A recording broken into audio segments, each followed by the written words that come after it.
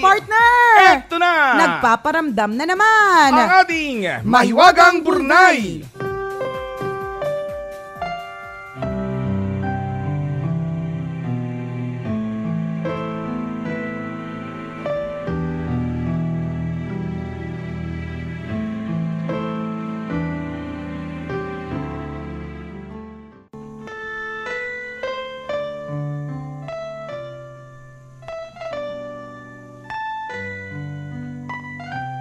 Taong 1999 nang makilala ni Toria ang binata na si Michael.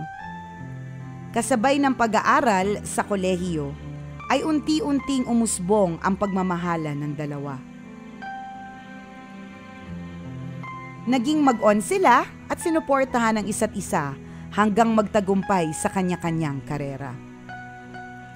Si Toria ay naging mining engineer habang si Michael naman ay naglingkod bilang pulis. Nanatiling matatag ang kanilang pagsasama, lalo na nang dumating sa buhay nila ang isang matinding trahedya. September 2, 2011, sumiklab ang malaking apoy sa kagubatan ng Kimberley, Western Australia habang ginaganap ang isang ultramarathon. Kabilang si Toria sa ilang mananakbo na malubhang nadali ng sunog. Napuruhan ang halos buong katawan ni Toria. Natupok ng apoy ang mga daliri niya sa kaliwang kamay. Nang dalhin sa ospital, ay halos mag-agaw buhay na ang kaawa-awang dalaga. Inakala ng mga doktor na hindi na makakaligtas si Toria dahil sa tinamo nitong pinsala. Subalit pilit pa ring inilaban ni Toria ang kanyang buhay, hindi lamang para sa kanyang sarili, kundi para sa kanyang minamahal na si Michael.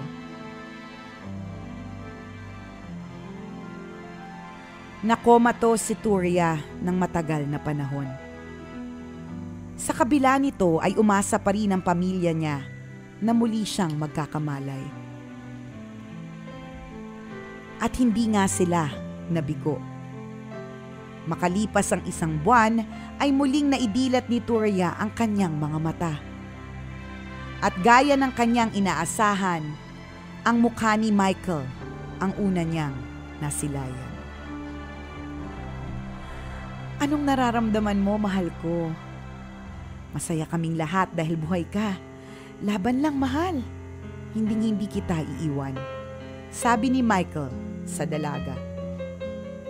Sumailalim si Toria sa napakaraming operasyon sa balat at rehabilitation.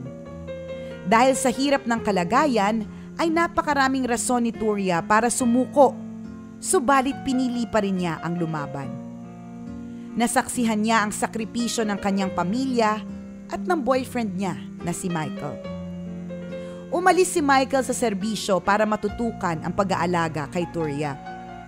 Siya ang nagbibihis, nagpapakain, nagpapainom ng gamot, naglilinis ng sugat, at umaalalay sa mga therapy sessions ni Toria. Higit sa lahat, si Michael ang pinagkukunan ni Toria ng lakas ng loob. Alam mo, nagbago man ang anyo mo, nasira man ng apoy ang mukha mo, ay hindi nito kayang tupukin ang pagmamahal ko sa iyo. Kitang-kita ko sa iyong mga mata ang tunay mong kagandahan na habang buhay kong kapapanabikan. Malambing na sabi ni Michael. 4 na taon makalipas ang trahedya, ay sinelyuhan na ni Michael ang pag-iibigan nila ng dalaga. Habang nagbabakasyon sa Maldives, ay iniabot ni Michael kay Toria ang isang diamond ring at niyayan niya itong magpakasal. Yes! Sarap naman! Sa taong ito, inaasahang magaganap ang pag-iisang dibdib ni Michael at Toria.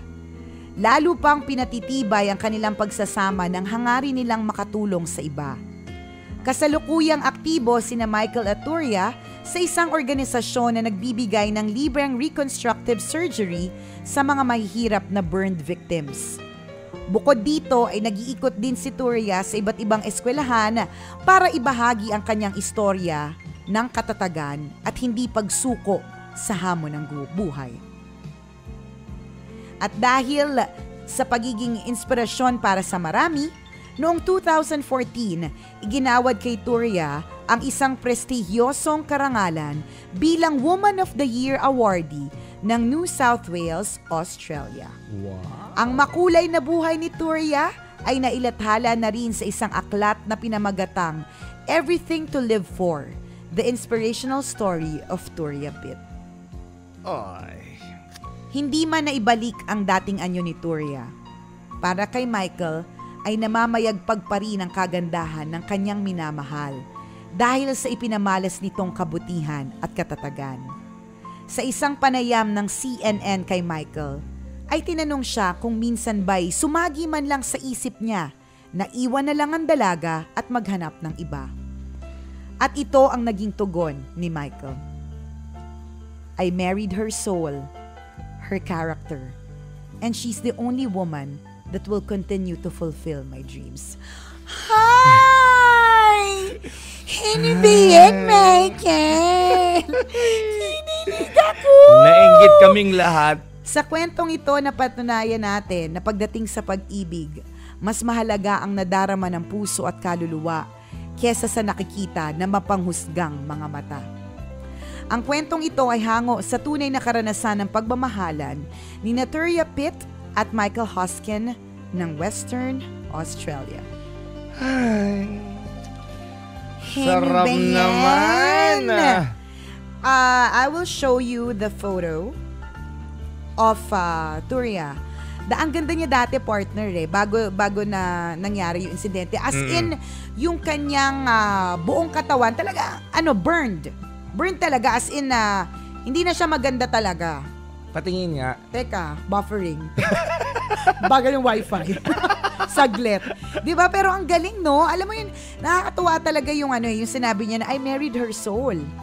Diba? I married her soul. I married her character. And she's the only woman that will continue to fulfill my dreams. Diba? Wala, yung pagmamahal ni Michael kay Turia is beyond the physical. Correct. Yan ang relationship goals. Yan ang diba? tinatawag nating true love, Correct. mga kaibigan. Hindi yung ang basihan ay itsura. Yung makakita ka lang na matangos ang ilong, mapungay ang mata, maliit ang bewang, mahal mo na. Kaya hindi nga pagmamahal ang tawag dyan. True. Diba? Physical, yan, attraction lang yan. Iba yung pagmamahal. Correct ka. Kapag mahal mo ang isang tao, hindi lamang sa panlabas na kaanyuan, kundi deep down to her soul. Tama. Nakikita ng mata mo yun. Nararamdaman ng puso mo yun. True. Diba? Napakarami ng hugot ng kwentong ito, partner, no? Yung, syempre, yung true love, at saka yung, yung pagtingin sa buhay. That you have to be determined, stay focused, and stay positive sa lahat ng problema pinagdadaanan mo. Correct. Alam mo yun, parang kung ikaw yung nasa sitwasyon, iisipin mo, bakit sa akin to nangyari? Correct. But with everything that happened, partner, and ngayon, umiikot sila sa iba't ibang parte ng mundo para sa kanilang advocacy of reconstructive surgery. Tapos, she serves as an inspiration to many. Ibig Correct. sabihin nun, may dahilan kung bakit nga nangyari. Ang hirap nga lang tanggapin kasi kailangang masunog yung katawan. Pero still, there is a purpose. Ito siya dati, partner. Ipopost ko naman to. Yung mga kwento po na may Wagang Burnay, ibabasa nyo po sa aming Facebook fan page. Search nyo lang po Tambalan. Yan. Tapos i-like nyo, then i-share I-share nyo nyo po. po. Tapos para marami rin na ma-inspire sa kwento ni Mahiwagang Burnay. Maraming salamat! And thank you very much, mga kabisyo, sa pagtutok sa amin ngayong araw na ito. Thank you for joining our Twitter party and thank you for making Love Radio #1 for 14 consecutive years. Dahil sa inyo, mga kabisyo, Ang tambalan, walang kalaban, #1 pa more! Ako po si Nicole Yala. At ako naman si Cambio Henry Chuper. Na nagpapaalala, walang matatag na relasyon sa malanding may determinasyon. Yun!